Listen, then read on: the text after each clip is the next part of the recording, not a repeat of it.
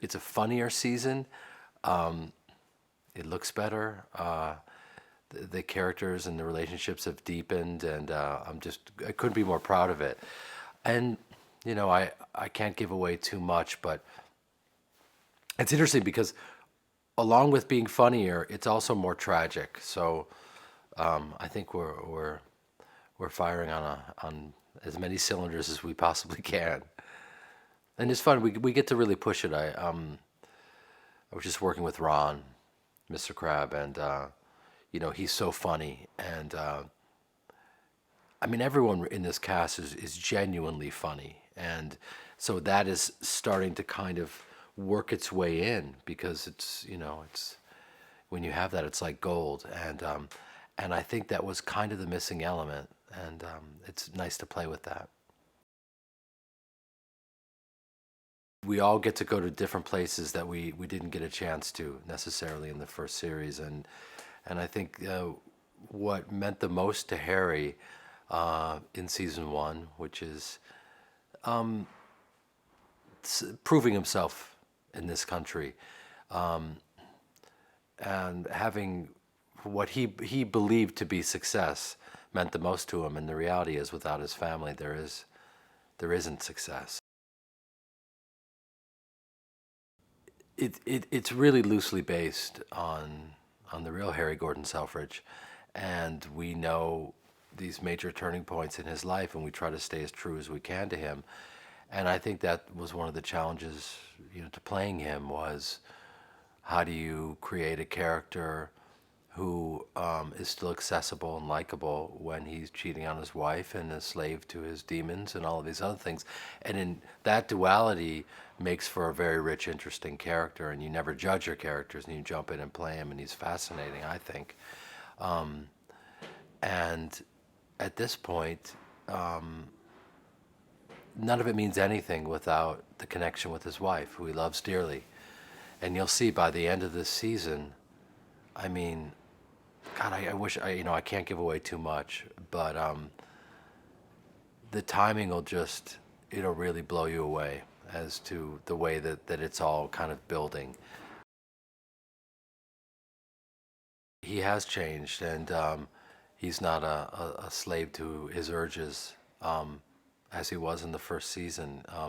He's really focused on earning his wife's trust back, and and along the way, so many other things happen. I mean, the rocks, the pillars in his life, Henri Leclerc, things are revealed that you never would have seen coming. And then there's some really great love triangles. And then, Kate Kelly, who's so brilliant as Lady May, we get to see where she comes from with Lord Loxley, and Aidan comes in and just crushes this character so beautifully.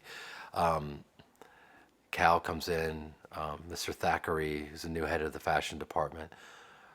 What a fun, brilliant addition to the cast. I mean, we've lost a couple great members, and then we've gained even more, and so it's like an embarrassment of riches.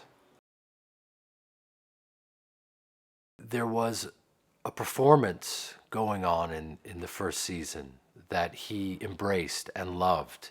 I mean, he says right from the start, we have to put on a show, and that's what he wanted to do. And I think that is worn thin at this point because he doesn't have the love of his wife, and his family isn't there. And what's the point of any of this if he doesn't have his family? And that's really beautiful and heavy and tragic. And right when he gets it together, something happens. So the timing will break your heart, but that's why we do these, and that's why you call it a drama. But at the same time, the series is funnier, so I'm really proud. It's interesting because logically you think that he would be more accepted after living here for 5 years, being a part of the community, contributing and being successful. And the reality is that what he desperately wants is to help during the war. And he's seen as an outsider, and it really bothers him. And he really pushes that. And because of that, gets himself into a great deal of trouble. And you got to be careful what you wish for.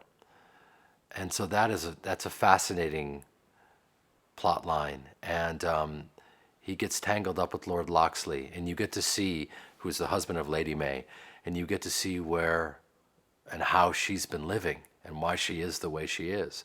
And her arc, Kate Kelly, is doing it so brilliantly, and what a fantastic character.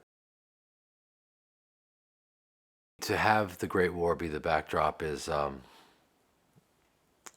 quite a responsibility for many different reasons, and I love what we choose to highlight. I think the men desperately wanted to go and fight for their country and thought they could bloody some noses of the Germans and come back and take a victory lap. And as we know, over 800,000 casualties, and it was so tragic. And you get to know George Towler and all these incredible characters, and you love them, and it's heartbreaking what happens. And I think Harry loves his staff, and it was very important to him that he let all the men know who are going off to war that their jobs will be waiting for them. And that was close to impossible to do. And so it's our job, and Mr. Grove and Mr. Crab have to help me to go out and find people to fill in, and women and folks who are older, and it gets a little dicey.